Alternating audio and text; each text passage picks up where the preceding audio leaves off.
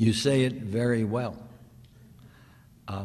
Yes, and that's part of the tension of being a teacher, the tension of encouraging the possibility of asking good questions that lead to other good questions. But I have to say that we are in the Bronx. We are in New York. We are in the United States. It ain't Babylon. It ain't Egypt. This is our chance. And that's, of course, the other thing that teachers know. Don't miss your chance.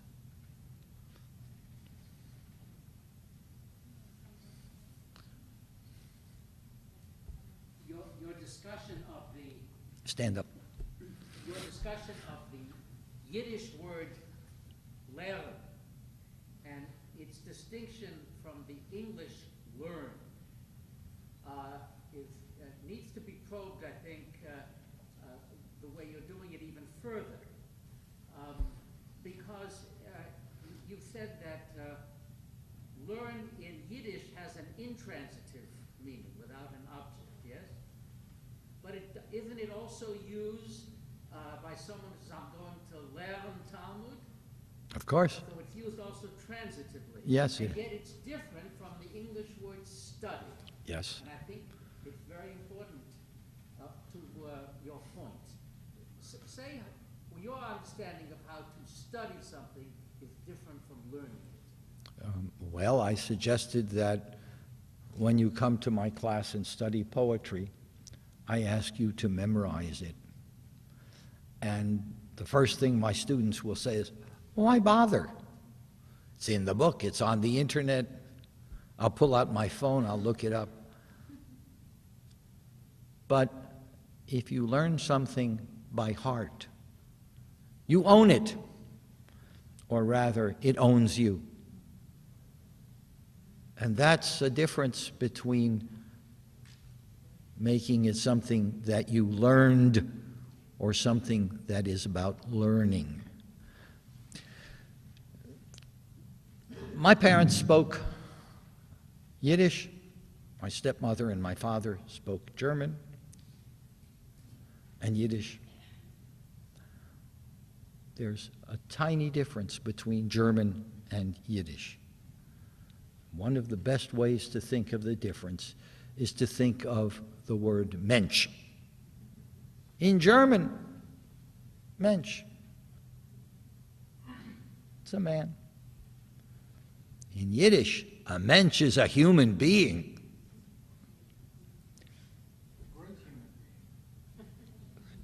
Das ist ein Mensch.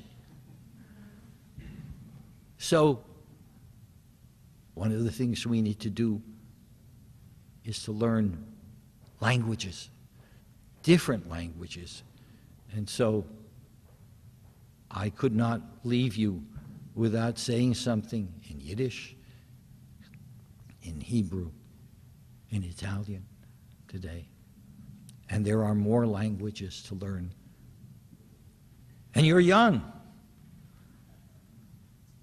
You have a chance to learn many languages, including Greek, including Hebrew, that after all is the language the world was created in. Please. I have a problem with the profound question of when are you coming back to teach more? How are you doing? Thank you.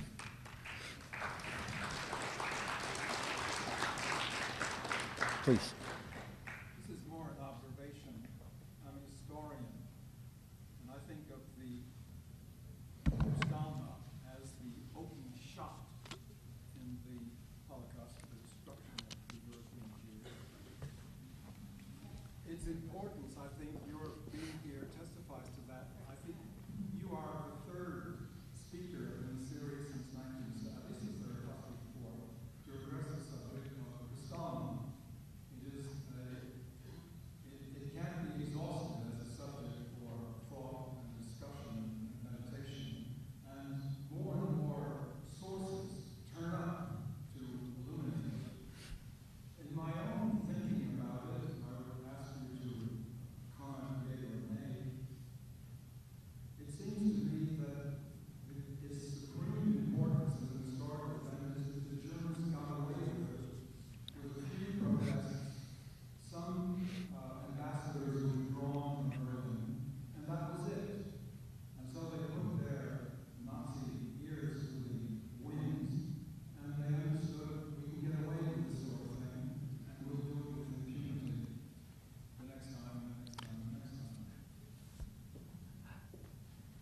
best thing a teacher wants is a good question.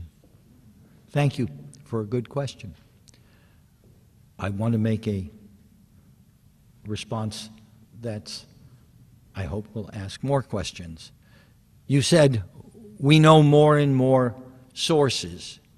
And I mentioned Alon Confino because he has just come out with a book and a very important article which changes the understanding of what is understood as Kristallnacht.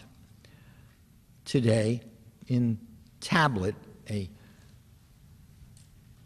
journal that I get online, there was an article about President Roosevelt's response to Kristallnacht. And he asked his ambassador to come back from Germany. He extended the temporary visas of 15,000 Germans, most of them Jews, who were staying in the United States. They had gotten however they got here, but they would have to go back. He let them stay for another 6 months, it said.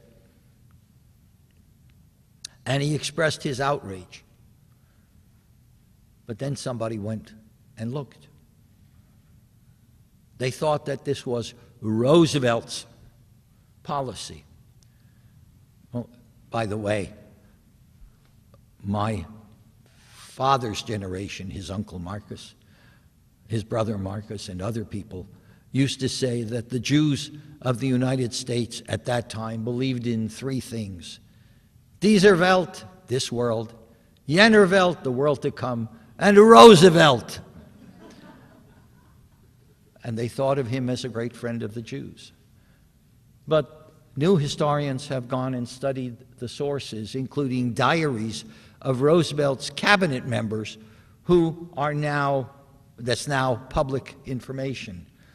Roosevelt didn't want to do anything. It was his cabinet members who said, you have to do something. And they suggested a number of things, and he did the least he could. Now, Britain and France did not do what Roosevelt did. The British did what one of his cabinet members, Morgenthau, suggested to him. They said that they would accept 15,000 Jewish children, leading to what was then known as the Kindertransport. Without visas, without anything, they could come to England at a time when to go anywhere you needed a visa and no one wanted to let you in if you were a Jew. The British also accepted another 10,000 Jewish women to come as nurses and nannies. Morgenthau said to Roosevelt, let in the Jewish children. He said no. Remember, it was very hard to be an immigrant to the United States by then, or to other countries. At the famous Evian conference, which he had convened in Switzerland, country after country said, we don't want Jews. And one said, there are no Jews now in our country, and we don't want a Jewish problem. We're not going to let them in. So this whole notion of Roosevelt's response was a very meager response, but he got a lot of points for it, terrific spin doctors working for him. But I mentioned Confino and the burning of the Torah. And again in that article, the first line said, and Kristallnacht, which was a Nazi pogrom. A pogrom was something that the Jews had to live with and often died in, that happened throughout many centuries in Europe, but especially in the 20th century for various, often political and economic reasons, as well as a theological background. They often happened around Easter time. And it's standard conventional knowledge that Kristallnacht was a Nazi pogrom, just an outbreak of violence. Confino has done very careful work, and he says, no, no, no. They were out to destroy Judaism, and we know this because of the way they treated the Hebrew Bible. That the way in which they were destroying the Bible and Jewish books, right? I don't know. I was a kid. I saw on a newsreel how they burned the books, and they threw books by Sigmund Freud in the fire. They wanted to invent a new Germany, one that got rid of what I called the past German humanist tradition. They were out to make a new pagan Germany using